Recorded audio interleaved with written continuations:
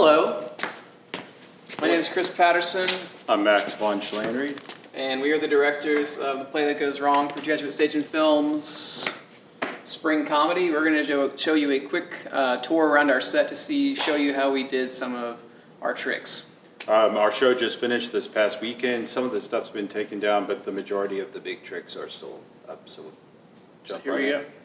go. One of the first tricks that's fairly easy to accomplish is when Annie busts through the mantelpiece to catch different things because the mantel shelf is missing.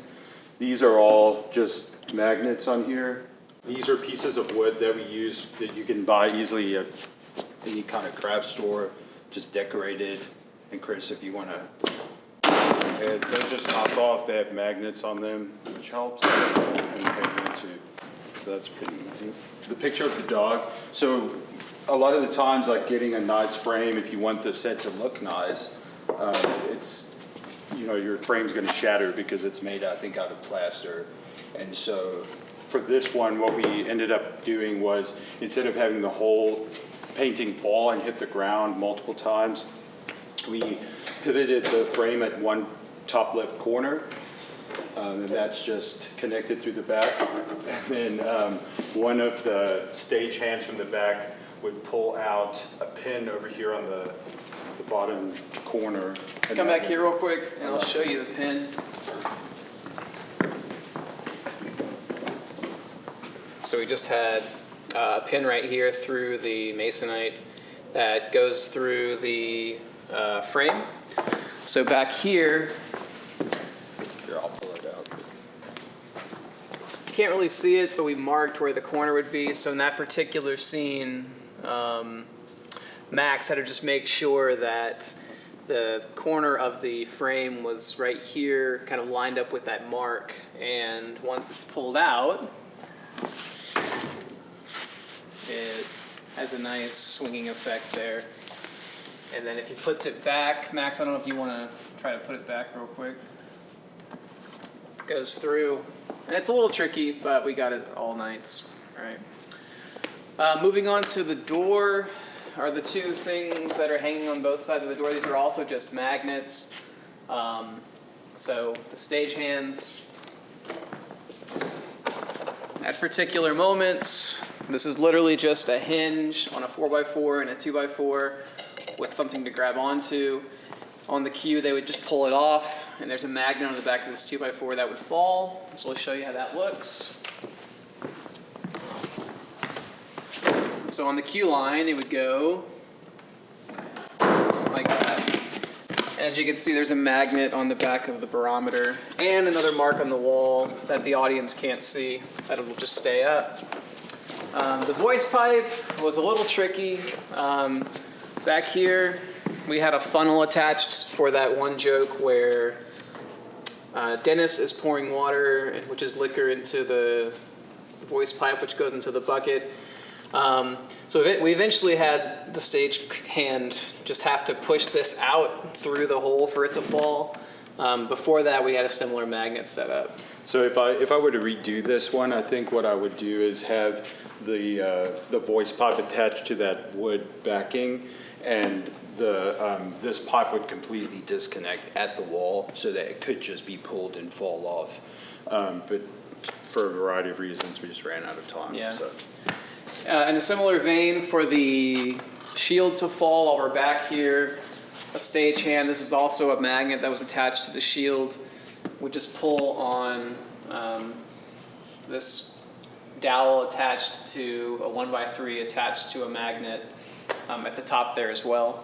We ended up having to add an extra support here with some fishing line, a high pound fishing line, so that, because our cast was getting very aggressive with the set, and so it would fall down at times where you didn't want it to, and it's kind of dangerous. It's made out of plywood. So we just have this extra safety mechanism here, so somebody would just detach it right before they were supposed to pull and let it fall through, and then have a stage hand actually push it back up. We didn't have the inspector Chris pull it off the wall just because it wasn't secure enough for us, and so that worked out pretty well. The stage crew could come out and do a little bit and push it back up, and then someone back here would just pull it back up. Max did mention that we only did what was safe. So if you're going to do this show, you need to rehearse, get your set done as soon as possible, which is what all these types of videos say. But we didn't do anything that the kids hadn't rehearsed with before, and we made sure it was essentially impossible for them to get hurt. All right. Yeah, that is to say that changing this mechanism a lot with the curtains falling. So originally this was on a magnet system as well, but because the portions where the Florence is getting pulled up through the window, they would oftentimes yank on the curtains a lot, and a lot of that, and it would pull the magnet would release. So what we ended up having to change it to is a mechanism that's more of a lever mechanism, to where it's really hard to pull the curtains down until the mechanism's released. Yeah. And this is the only flat, the window flat. In the play, all 3 flats are supposed to fall. We only had enough time to put together one, but it's kind of tricky. This is basically a fake wall that we attached to the frame made out of 2x4s. And Andrew, if you zoom in, this is just 5 pretty heavy-duty hinges that we painted over. It's attached to a baseboard, which then attaches to the wall. So if we go back here,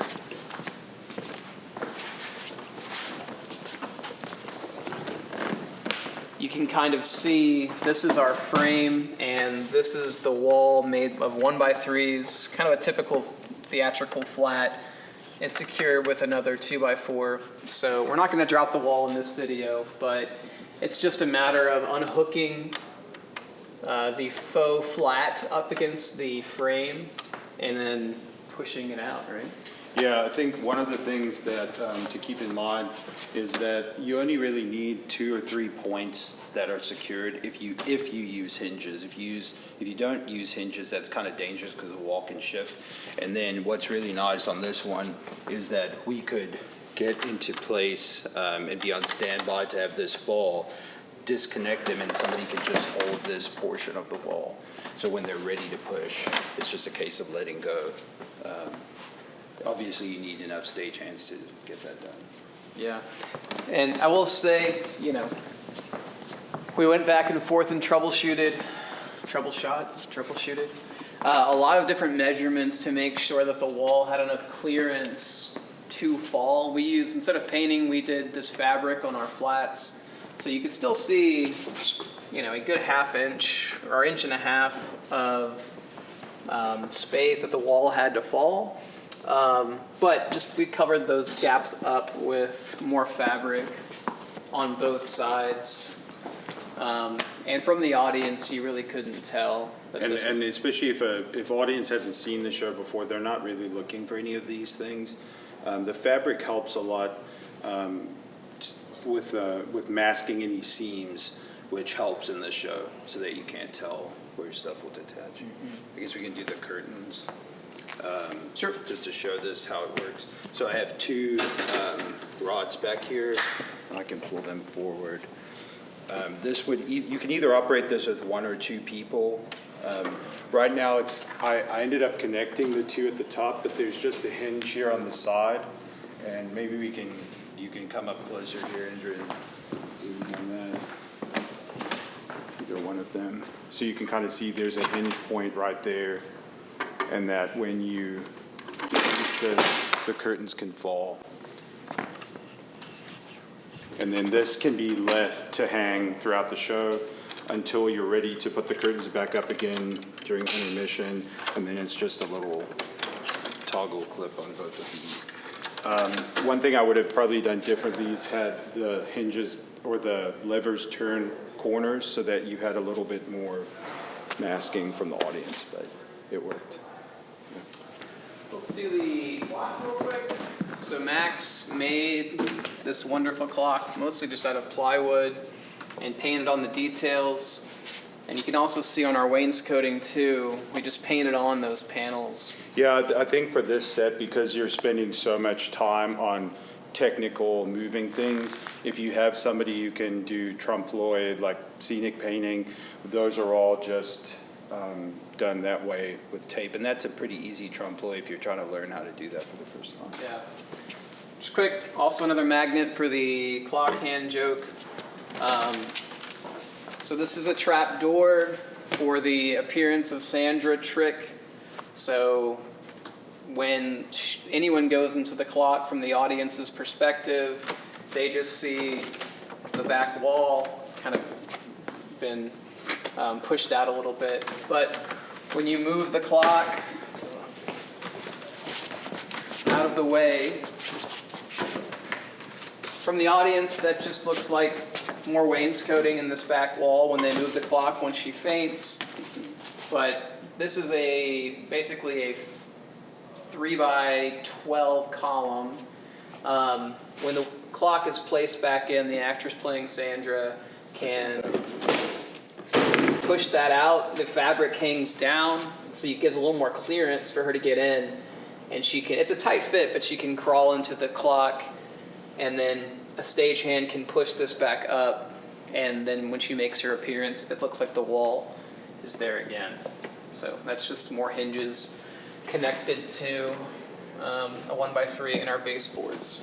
And one of the things I chose not to do was I didn't put anything specifically on the back of the clock. Some productions I've noticed do that because it gives that kind of effect of you can see through that the wall's there, and then all of a sudden she's out, even though the wall's in the background. So.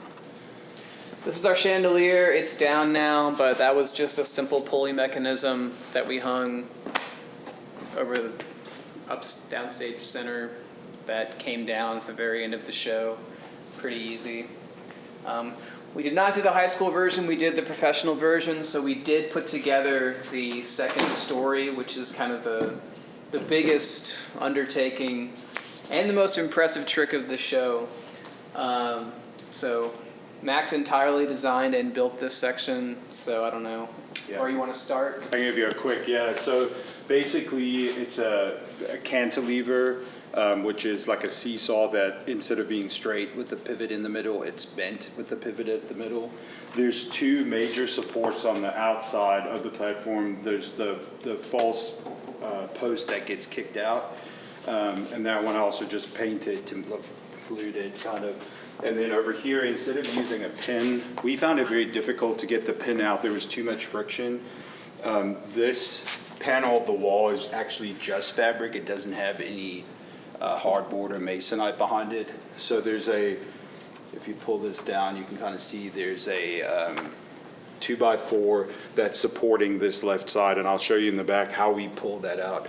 This one, of course, is just kicked out by the character, the gardener, who kicks it out at the time.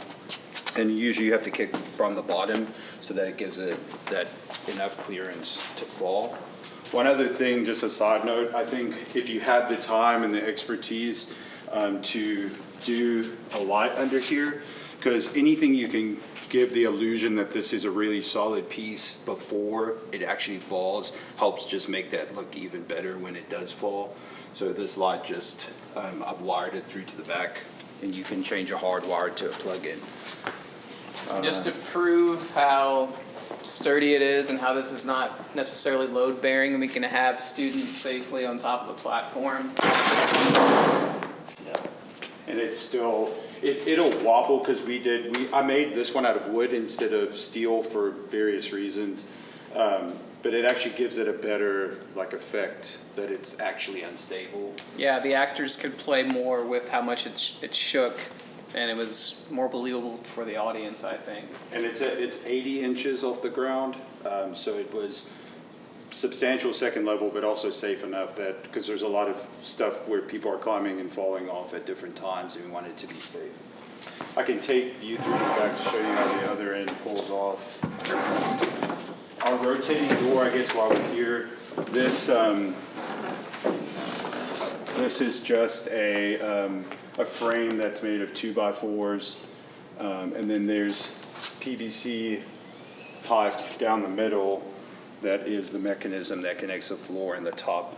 You don't want to have two separate mechanisms because it will wobble and then it won't ever spin, but it works really well. I will say that at the beginning of the play, the set is supposed to look pretty impressive, but I do think you can get away with just fabric prints of some of these set pieces like we did for the bookshelves, and things like that, because it is still a community theater. And also you don't want to have we didn't want to have an actual bookshelf with actual books because this moves so much. So there's not many furniture pieces or set dressing in the show. Everything is kind of necessary for a trick, which is good. So I wouldn't give yourself like too many things to crowd the stage beyond what you absolutely need to tell the story. It's like I'm on cribs. Yeah, I know. That's cool. Yeah, so just to kind of show you this, and the other post coming out here, so if you kind of zoom in, you can see there's a gap right here. Here's the platform for the second level, and here's the 2x4.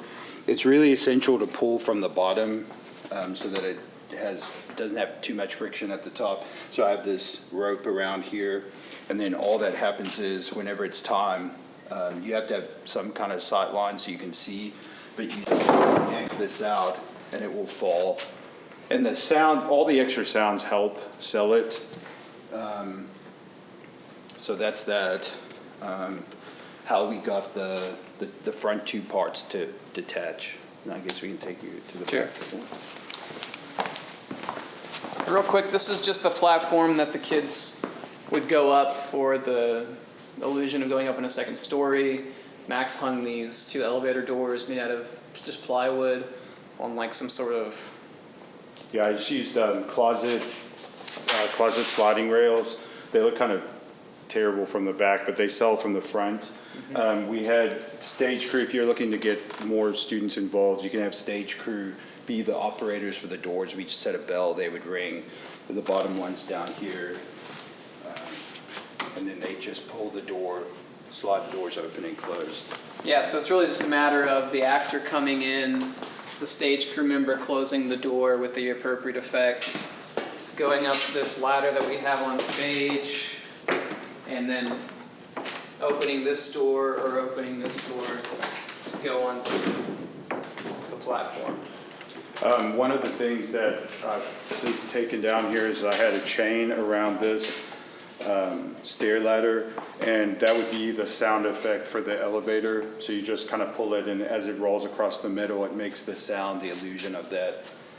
And then to have I would say any sound effects besides like ones that are clearly made by sound cues by Trevor, make them live backstage nearby what's happening, and then it adds a lot of realism too. So we'll take you around here to the back of the mechanism.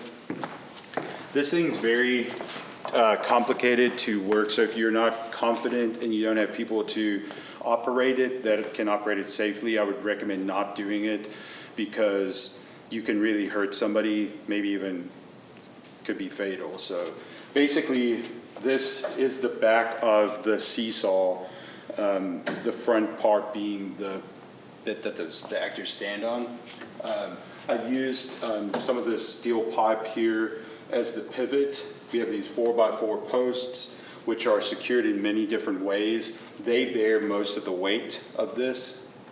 And then this whole mechanism back here is, just from doing some research, I kind of adapted a bunch of different versions that fit best for us. The wood also has some natural deflection, so it's something to keep in mind. The steel versions stay very straight and look very much like a seesaw, and it's actually end up making it look more realistic. You have to counterweight, so besides those 2 posts in the front, once they're kicked out, the platform can still stay up because there's counterweight on the back. So it's kind of just like, again, a seesaw. It keeps the weight in the front balanced by the weight on the back. And you can ask your gym or whatever to loan you some of these weights. Then there's a safety bar down here. This is where you'll have 2 stage crew, one on either side. The safety bar locks into this big locking mechanism. Ideally, if there was enough counterweight, you would never have to actually have this, but obviously, every time they're jumping, there's impulses, and so you want there to be some kind of locking mechanism. But if you kind of come on the side here, you can see that you've cut grooves in for the different angles. We ended up not needing this groove, but I cut it in case, just in case we wanted to do something different. It's way easier to do that on the front end. For this to operate, and I guess Chris, you and I can show you. Right now, it's in its secured form, and I guess the post might still be in there. Did you put that back in? Yeah. But if the post is out, you both raise out the side, and then you push up. Chris is going to take out the post for a second, and you can see how it didn't even move because of the counterweights. So you get the first effect of it kind of just loosening. Then when we raise this up to the second level, is yours in? Oh, there you go. Okay. This is the first break, kind of. And then it's very secure in that. It has natural wobble, which is good. I think it gives it more of realism. And then we can raise it all the way to the top. This is going to be kind of difficult because there's furniture on the top and there's a lot of weight, so I guess we won't do that right now. So in between, when all the furniture and the actors are removed from the platform, your stagehands remove all the counterweight, and then going all the way to full braking is actually pretty easy to achieve because it's not heavy at all. Yeah, I think only other thing I can think of with this is you need to find some way to mask it. So because of sight lines through the window, I ended up putting up some masking fabric because the more you can make it believable from the front, the better it sells. So. Yeah, and I will just say the platform, what Max started with was like a 14-foot by, I think, six and a half foot rectangle, which is with just butt joints. So that's a whole piece that sticks out for the entire platform with just plywood on top of where you can see it. And everything essentially goes from there in terms of the rest of the contraption.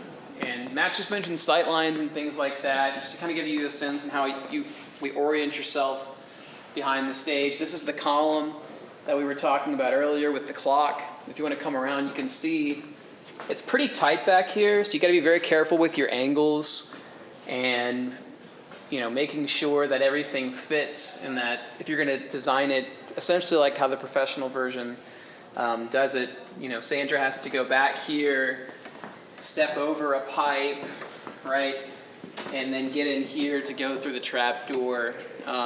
So when we were building this section, the upstairs section, we had to be very careful about, just angles and things like that so everything fit. And just in general, that's mostly it. My other advice is that you don't have to do all of the tricks. Pick what you're comfortable with. The only trick we really eliminated is the door coming off the hinges, and that was mainly because of time.